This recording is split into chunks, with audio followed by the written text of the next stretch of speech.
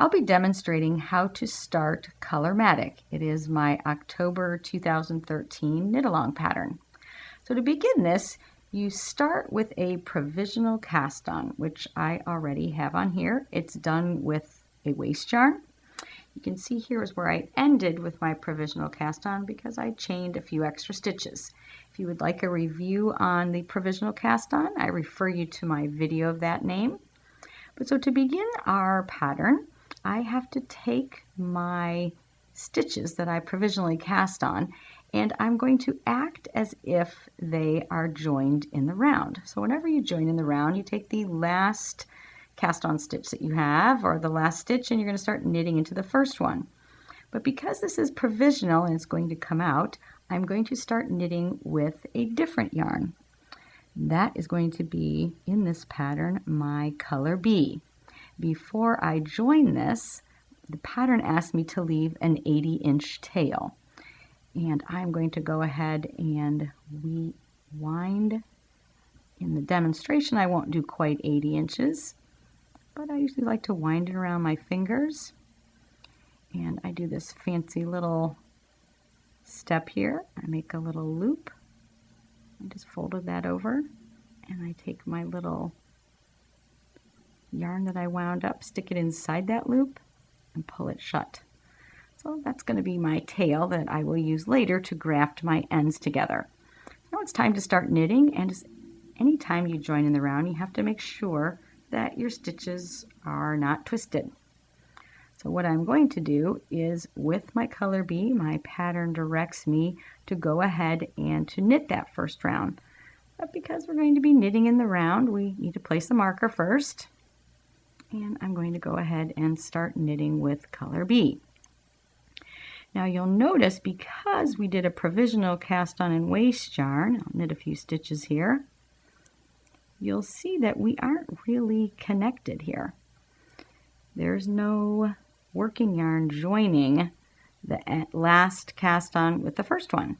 So I do a little bit of cheating for this pattern. I'm going to take a second marker, and one of these that opens up is fabulous.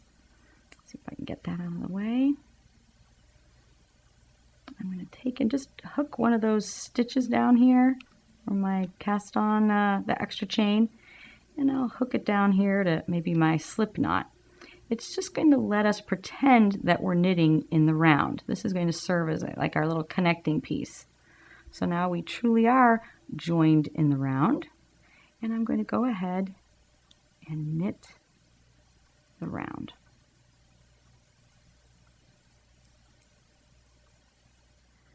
So here I am at the end of the round. First round and all knit with color B. As you can see, I'm still not technically joined in the round. I have this little extra marker here holding it together.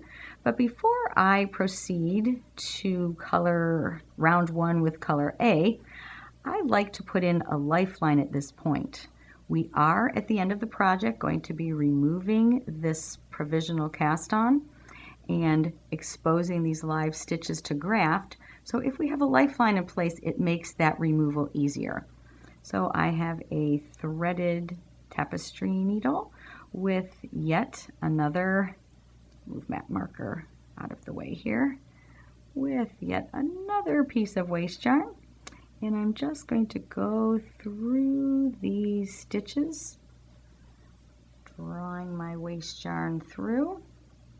And I'm going to go ahead and thread all of them. If you need a tutorial on lifelines, I recommend you watch that video as well.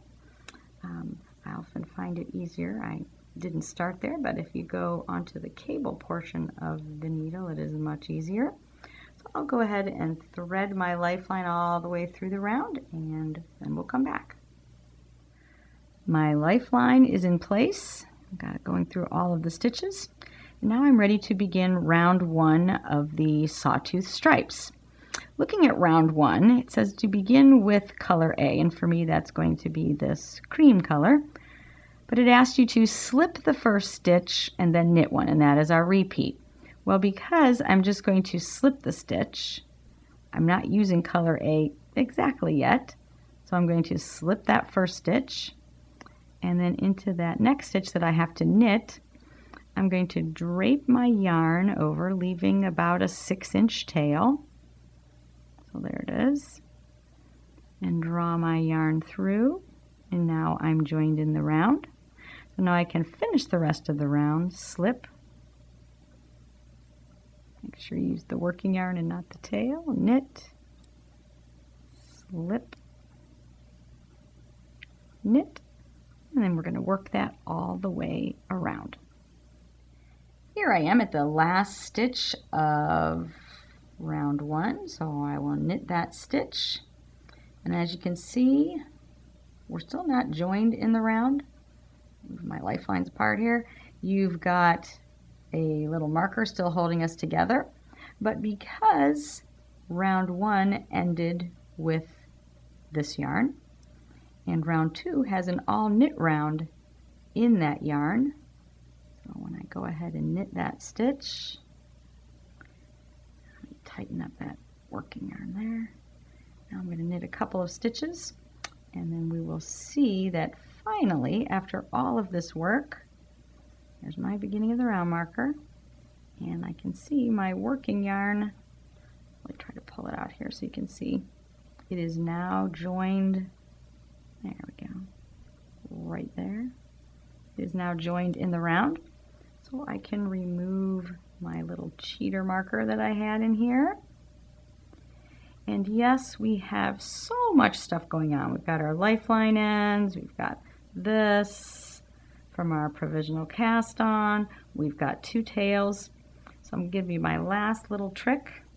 When I've got a kind of a mess like this, I get a little binder clip and I just clip those guys together, and it kind of weights it down while I go ahead and knit with my 2 colors. And when you get a little body, this is a quick pattern, you'll be knitting a lot, and once this grows a little bit, it'll weight this down and you might not need this, but it is kind of handy to have while we're starting out. And that's the beginning of Colormatic. Happy knitting!